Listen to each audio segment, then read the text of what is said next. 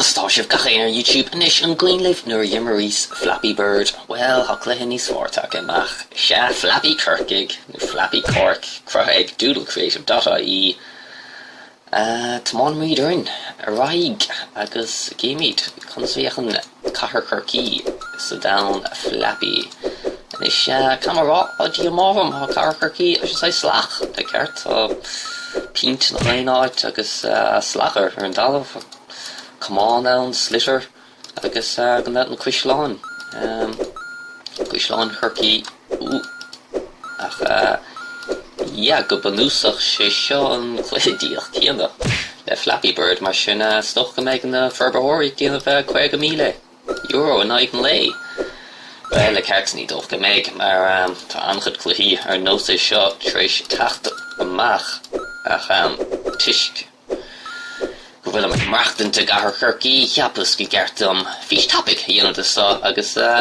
spáint de éine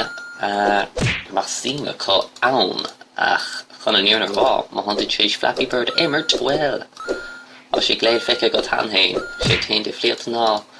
in éan na PAP uine ha cuiisleán corcaí bhíoch sin busca berries tí som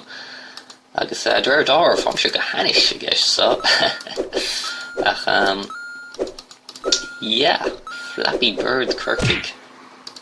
Flappy Cork mar sin am chun an nasc don chléas ágans sa sondarí má síime go éisrialt tahain sé sé an eisce an dat fed imirt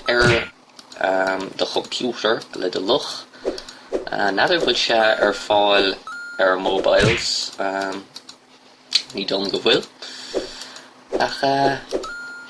Flappy Bird corcaig Flappy Cork asúgam nach me géin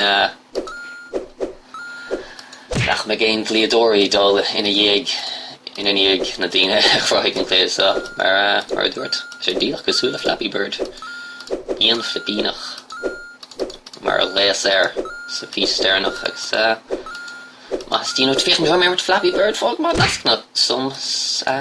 tríis an fís sa go mar tas bíoch an slán go fóil.